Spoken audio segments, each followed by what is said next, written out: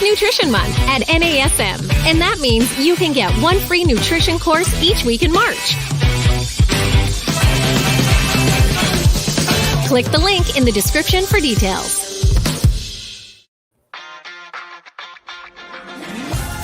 You are listening to the NASM-CPT Podcast with Rick Richey, the official podcast of the National Academy of Sports Medicine.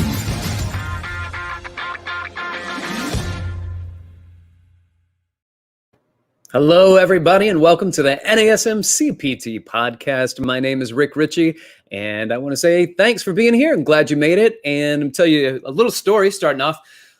First of all, this is a story where I was really proud of myself as I'm not a big guy, right? Like I'm 5'8". I mean, I'm pushing 5'9", but I round down instead of rounding up, so nobody's really disappointed when they see me. And so let's say 5'8", 5'9", probably in college, fully and properly, and weighed about 155 pounds. And I was a small guy, but I was strong. And I remember my first time benching 225 while being such a small guy, and then jumping up and down and being really excited because relative to my body weight, I was quite strong.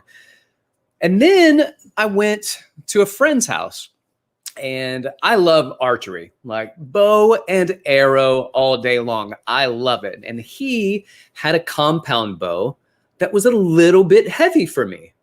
And I could do it. I could do it for a few reps, do it. And we were aiming at cans and whatever we were aiming at in his backyard and shooting arrows at targets. And I took a far step back and I kept trying to hit this can and I couldn't hit it. I tried again, couldn't hit, tried again. And I was like, I'm not leaving here until I hit this can. Well, the bow was too heavy. It was very difficult to pull back. I had to do some creative moves in order to make it happen. And eventually I hit the can and thank goodness that's over. My shoulder is killing me. And it hasn't stopped. I mean, it has stopped. It's no longer bothering me, but it ain't right.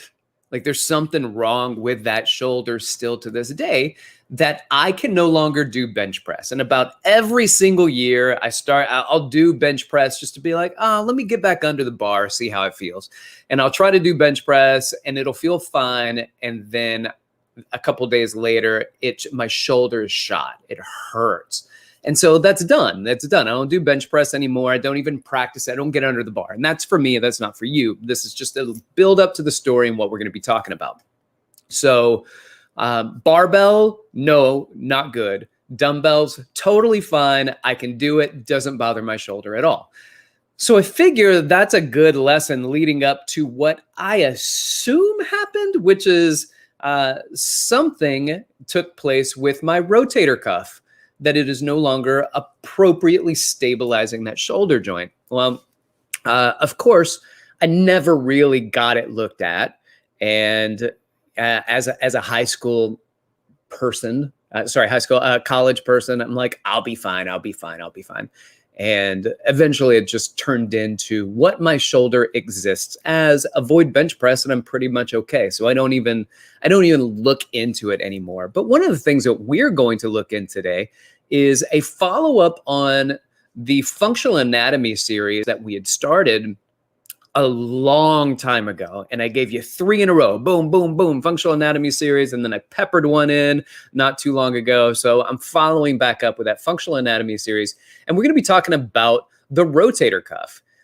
And there are 4 muscles in the rotator cuff you need to be familiar with. Oftentimes they're referred to as the sits muscle, S-I-T-S. And that is because the letter of each of those associates with the first letter in each of the 4 muscles that are part of the rotator cuff.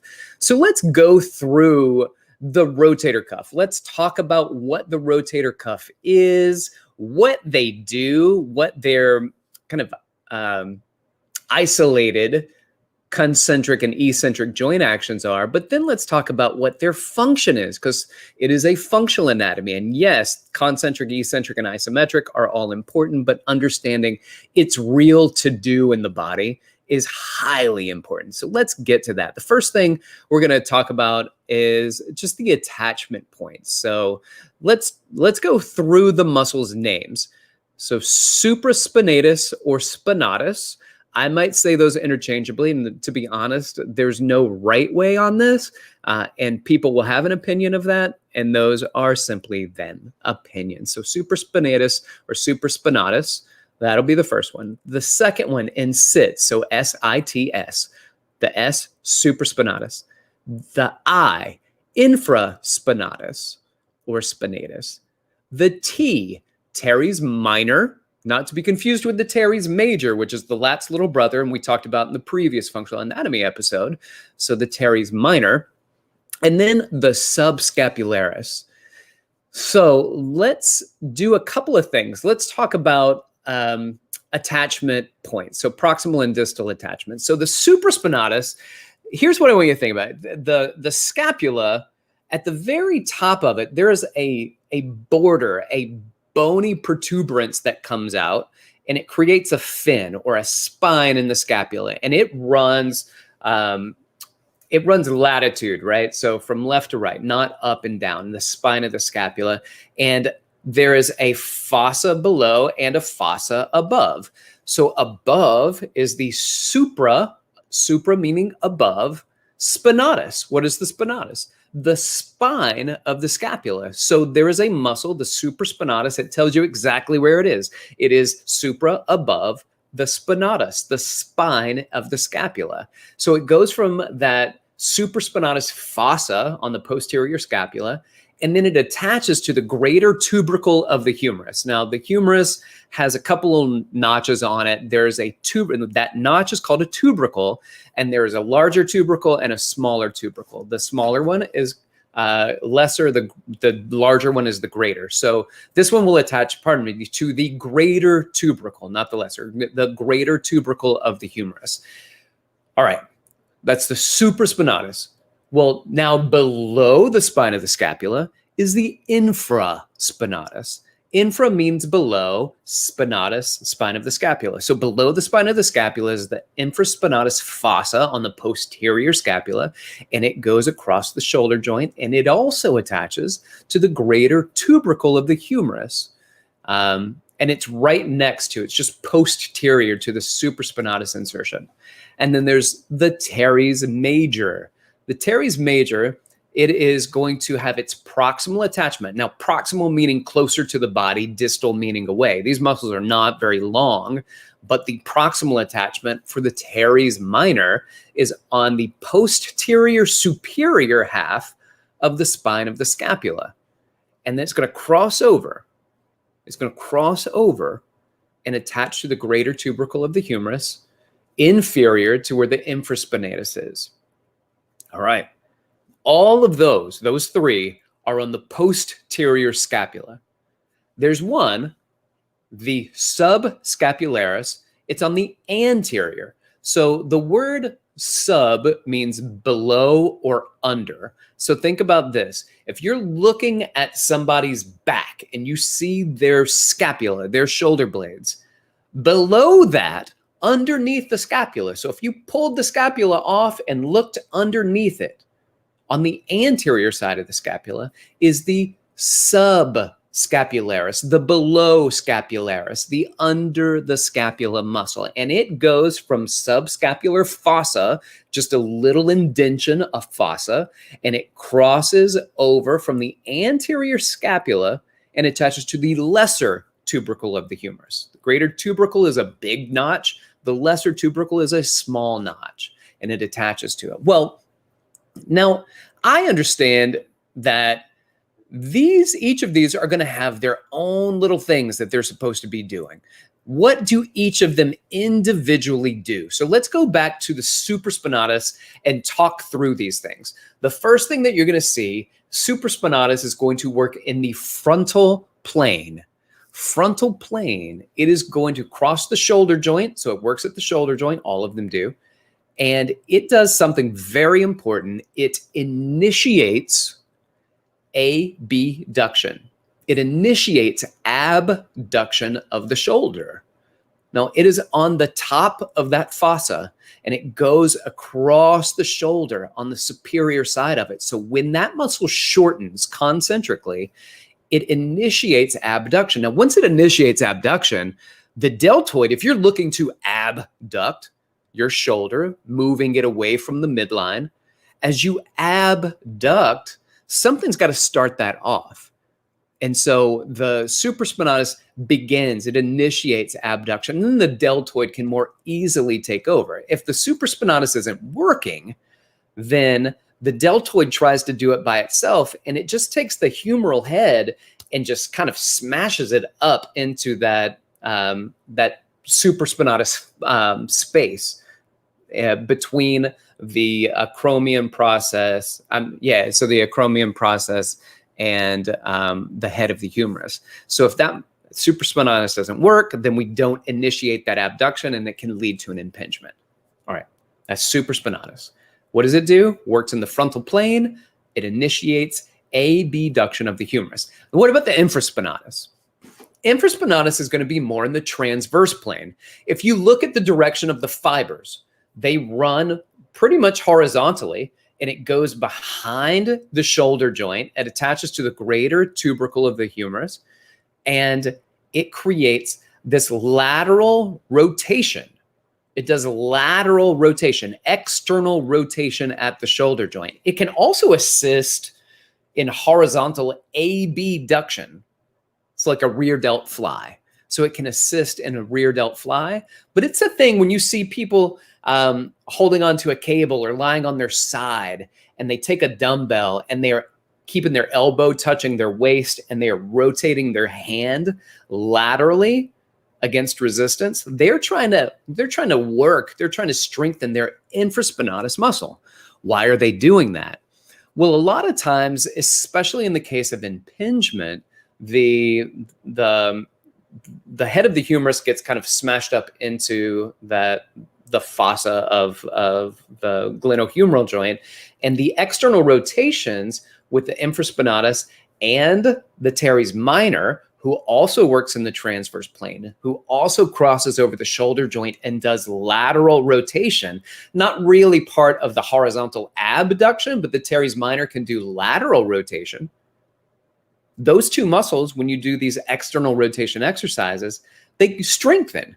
But because of their positioning at the shoulder, they have an inferior pull on the humerus, which means it pulls it out from being stuck up in this impinging place. So the reason why you might see people doing these lateral rotations for the rotator cuff is because they might potentially be impinged, and they have been told by their physical therapist to do this exercise to help stabilize the shoulder joint and to pull down the humeral head just a little bit so it's not impinging. That's the why when you see those things.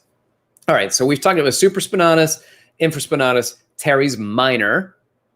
Now the subscapularis. Subscapularis, it's also going to work in the transverse plane. Crosses over the shoulder joint from the anterior humerus, and then it does medial rotation. It does internal rotation. So it is opposing the other two rotator cuffs. It is going to do internal rotation or medial rotation of the humerus. Now, they don't have big lever arms. They're not strong rotators. They are rotators. They're important. But now let's talk about what they do eccentrically. Eccentrically, they decelerate all of those concentric things. So the supraspinatus concentrically abducts, so it will eccentrically adduct. The infraspinatus concentrically does lateral rotation with that dumbbell or that cable, which means it is now also decelerating medial rotation or internal rotation. It does horizontal abduction and the transverse plane. So it will decelerate horizontal adduction in the transverse plane. Teres minor, same thing, lateral rotation, decelerates medial rotation. Subscapularis does internal rotation or medial rotation. It decelerates the lateral rotation. Cool. Now, I hit you with far too many things in a row, a lot of verbiage, but what's its job? What's the function, the real functional job of the rotator cuff? It's to keep your humerus attached to the shoulder.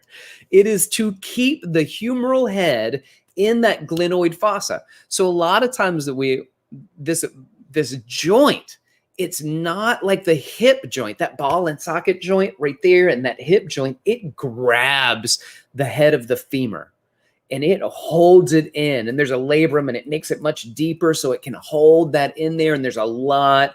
The humerus doesn't look like that, doesn't play that way. The humerus is more like a golf tee with a golf ball sitting on top of it. And a gentle gust of wind could blow a golf ball off of a tee. Now, why do we focus on stabilizing the shoulders? Well, with great power comes great responsibility. There is an incredible amount of range of motion at the shoulder. We have a huge capacity for range of motion at the shoulder. You look at the shoulders versus the hips, there is a clear winner when it comes to the range of motion game. The shoulder has far more range of motion in that ball and socket joint than the hip does. Because we have that range of motion, we sacrifice stability. And when we build these larger muscles around it, the pecs and the delts and the lats all crossing the teres major, all crossing over the shoulder joint, and they want to create big movements, but they are not good stabilizers. They're good movers, but not good stabilizers. The rotator cuff is a really good stabilizer. It's not a good mover. It's not a strong mover. It does those things. It has those jobs, as we just talked about. But its function is to keep your shoulder inside of that socket. And so we might also add another one in there. And I think this one's important. It is the tendon of the biceps. So the biceps tendon, the long head of the biceps crosses over the anterior shoulder. I mean, I guess they both do, but particularly that long head keeps the shoulder joint from anterior translation, from jutting forward anteriorly. And so we see a lot of times when people do their rows that they don't pull the scapula back and the shoulder just kind of spins in socket, and you see the head of that humerus jutting forward anteriorly. And it's the biceps tendon that can kind of support it from the front to keep it in place. And then the muscles in the back are squeezing, trying to keep it in place.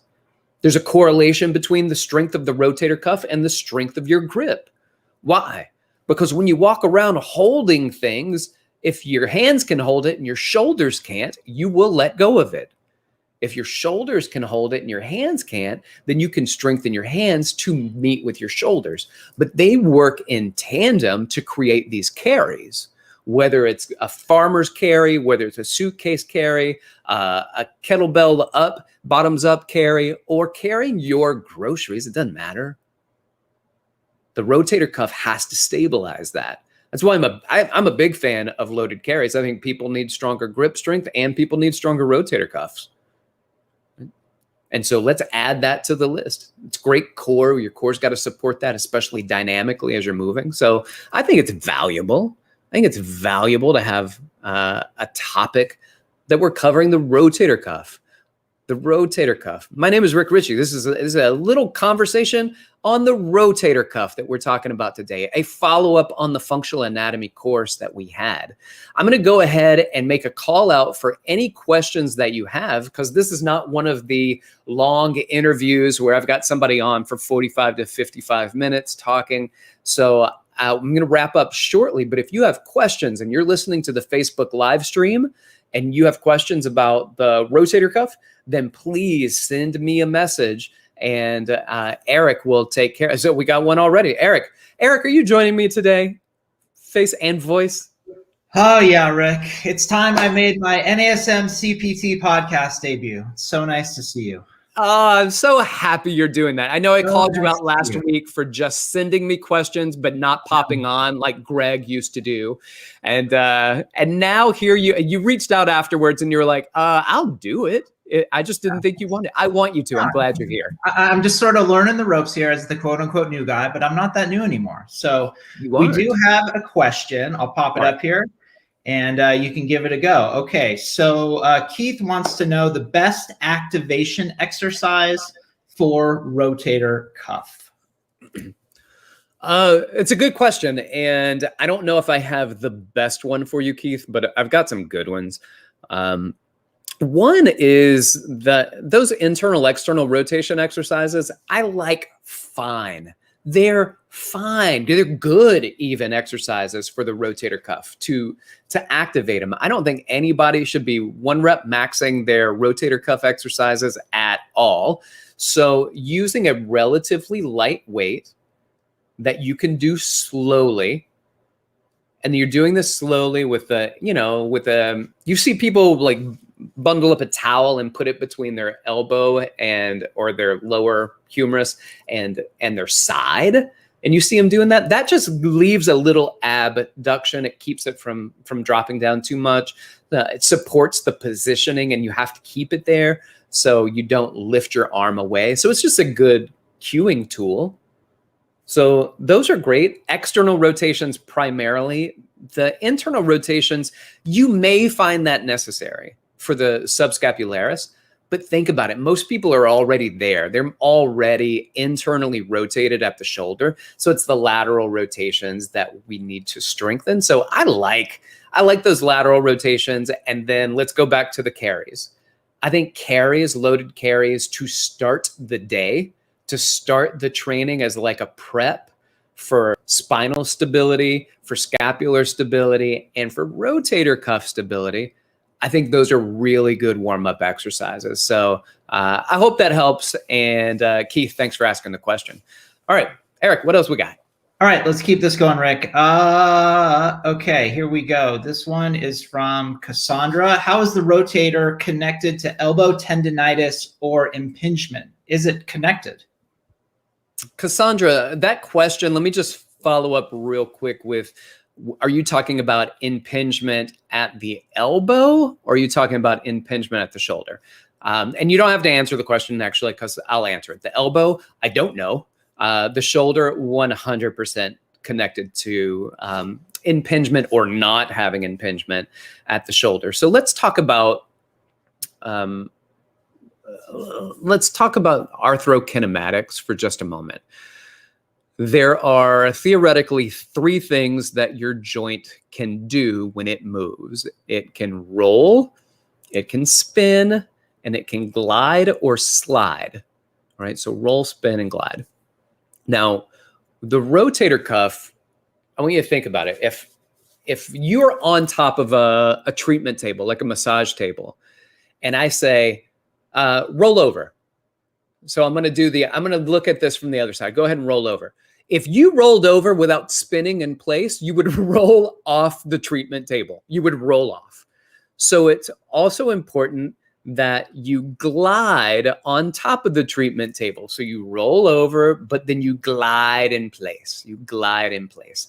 So when you roll and glide, issues with the rotator cuff, a lot of times at the shoulder, it will roll as the arm goes up in the air. It will roll, but it may not glide to stay down in position. So it'll go up and sometimes get stuck.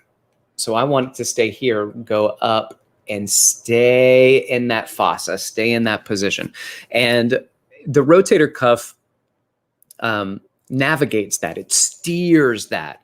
If it's not working correctly, then usually because there's one muscle pulling it to move and the other muscle is not supporting it to stay. So it is a stabilizer in many other ways too, to support the roll and the glide so that that joint stays in place. Now, there are some other components to it, which will be our next functional anatomy talk, where we will get into scapular movement and the the muscles that address that, so like the shoulder, the traps and the rhomboids and the levator and those kind of muscles we'll get into next. Does it affect elbow tendonitis?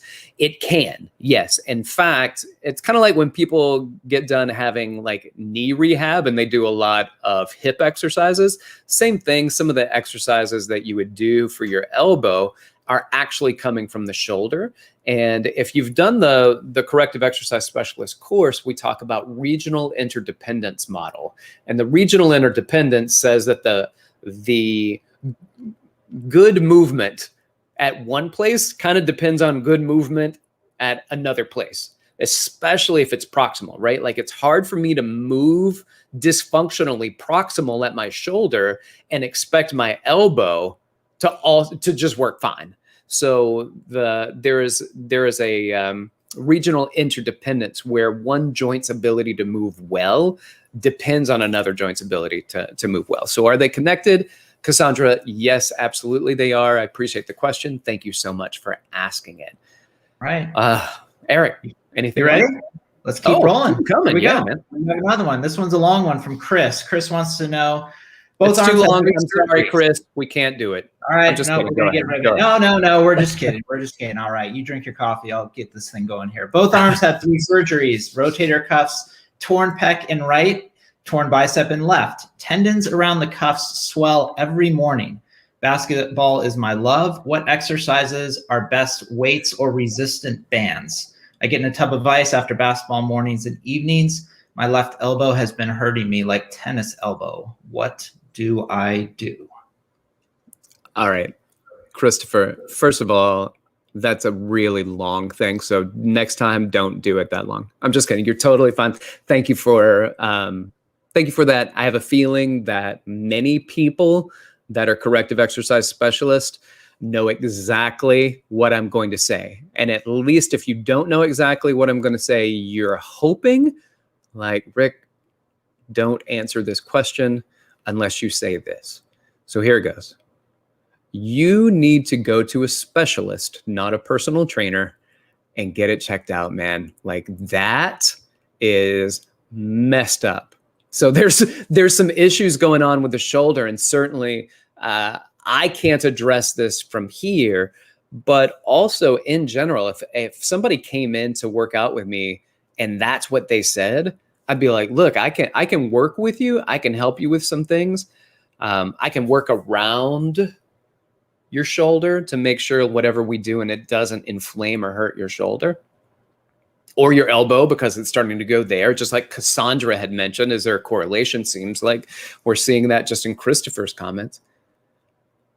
You got to go to physical therapy. You may even need to go to an orthopedist to have them look at it. You may need to get imaging and then therapy, and that physical therapy could help. And it may be even worse than that, so that the imaging might show something else a little more severe than just physical therapy to help support it.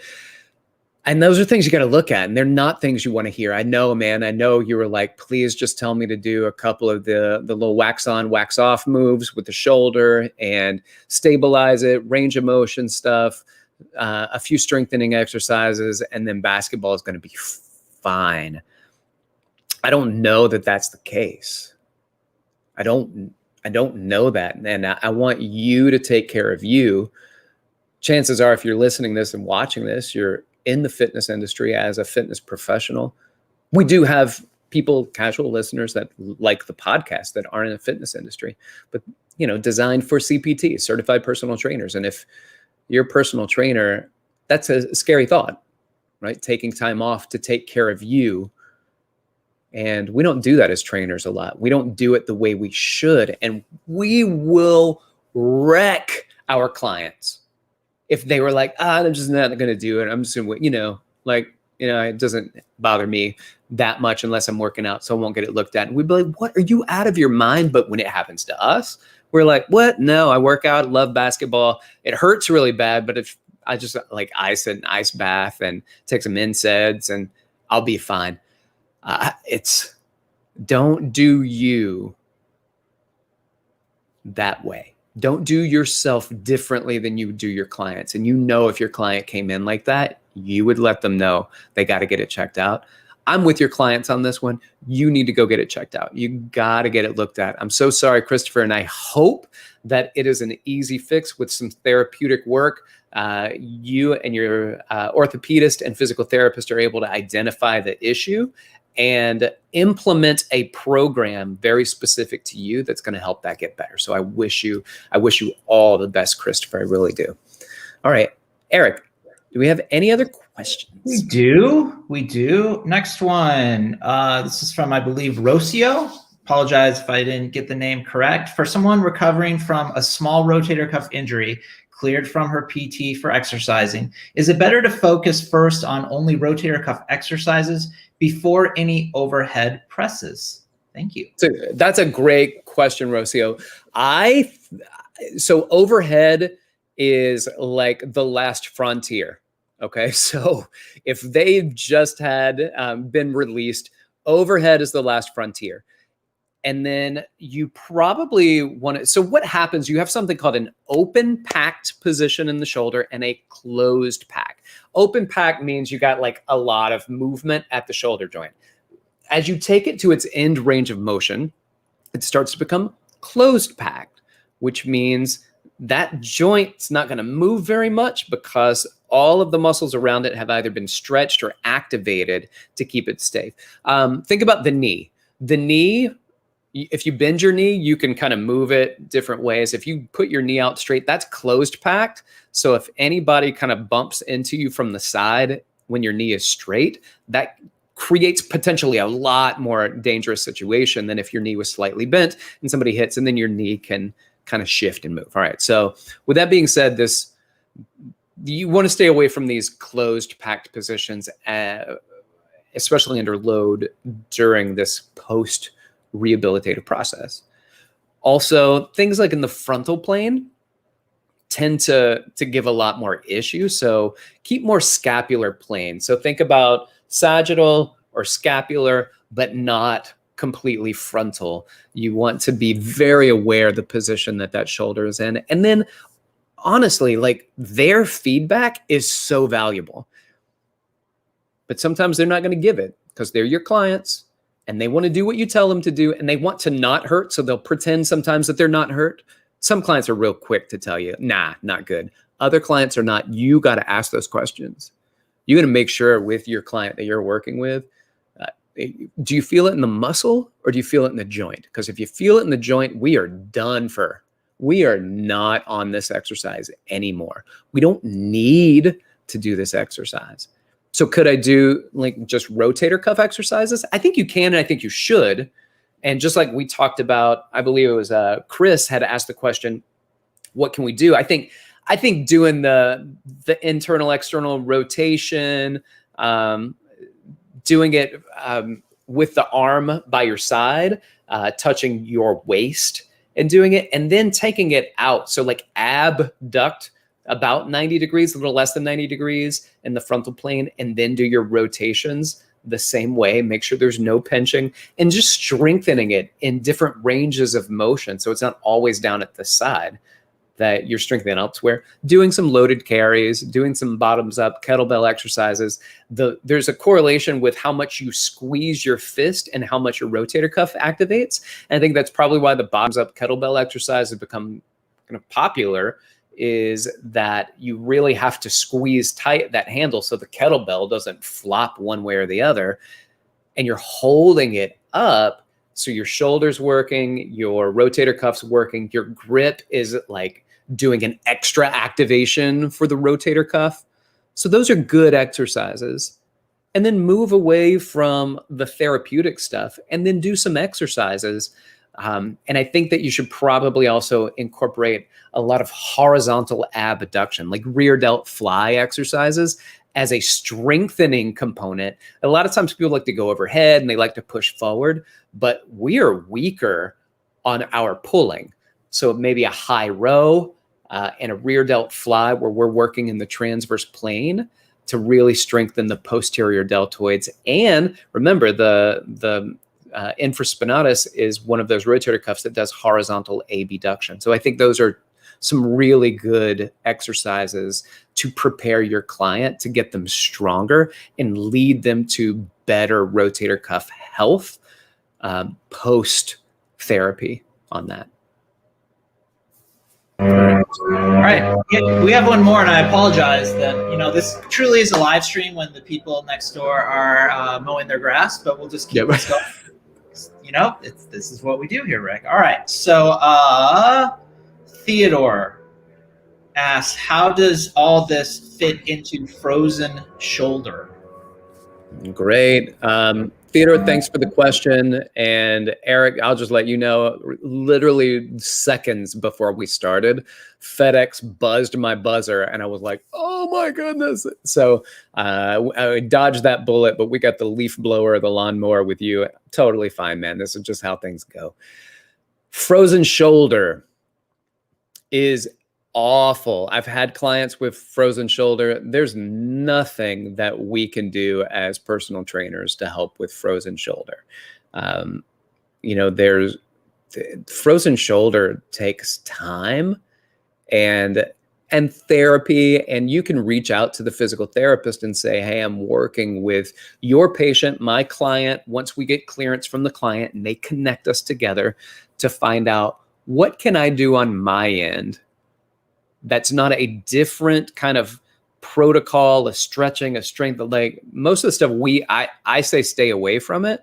But if I can support it and it's cleared through the physical therapist and somebody's going to come and work out anyway, are there things that I can do about frozen shoulder with my clients? And if you're cleared by physical therapist to do that, then you probably could do a few exercises. And I can't even tell you what those are. I know I've done things with people in the past, and sometimes the physical therapist says, please don't do anything. I don't want anything to get in the way of the therapeutic process that we're implementing. So you do this and I'm doing this, and now we don't know what inflamed somebody, what sent them in a good direction or what sent them in a bad direction. So frozen shoulder, people literally, there's quite literally no movement in the shoulder or very little. And it takes I think it's 9 months to 2 years for a typical case of frozen shoulder to begin to resolve. And that's, from therapeutic processes, we don't even know how well the therapies work, but we have to try to strengthen those shoulders and get some movement in there. So I just say, send them, make sure they're going to a physical therapist, and then discuss with their PT what it is that we can do to help support it on our end, if anything. And if not, I guess core and legs, and you might be able to do like arm exercises that don't involve the shoulder itself, and you can work on the other side. So it might be a lady in the water situation where you got somebody just jacked on one side and then little on the other. You've got to play catch up later down the road. All right. I hope that helps. And I appreciate your time. I appreciate your questions, your inquiries, and I hope the responses were helpful. I know that sometimes it'd be perturbing too, where you're like, I ask questions and all he keeps doing is telling me to go to see a doctor or physical therapist. And that's because we're personal trainers. That's because we're personal trainers and we need to stay in our lane. It doesn't mean that we can't do corrective exercises. It doesn't mean that at all. But we need to do what's in the best interest of our clients. And we can't say, oh, I do this. You might as well come to me instead of physical therapy because I can do both. Better be real careful with how you speak and the accolades that you provide for yourself, because overstepping your boundaries, particularly in a very litigious society, and we see more and more litigation going on towards fitness than we have seen in the past. So be aware of it, and you're not overstepping your boundaries. You're not riding outside your lanes. And just think about it less about that and more about expanding your network. The opportunity to speak to other professionals, physicians and physiatrists and orthopedists and physical and physiotherapists, so that you are expanding your network. And I tell people all the time, when you're dragging the ocean, the better way to catch more fish is to get a bigger net. So build your network and connect with people. I hope you found this helpful. I appreciate your time. Thanks for listening. My name is Rick Richey. You can ask questions. I want to shout out actually, because I believe it was Christian asked the question to me, hey, can you do some more of those functional anatomy sessions on your podcast? And I was like, oh man, I forgot about them. I can't believe I haven't done them. So thanks for that heads up. And that's because somebody emailed me. So email me, rick.richey, R-I-C-H-E-Y at NASM.org, or you can hit me up, DM me on Instagram, where I'm most active, at dr.rickrichey. This has been the NASM-CPT Podcast.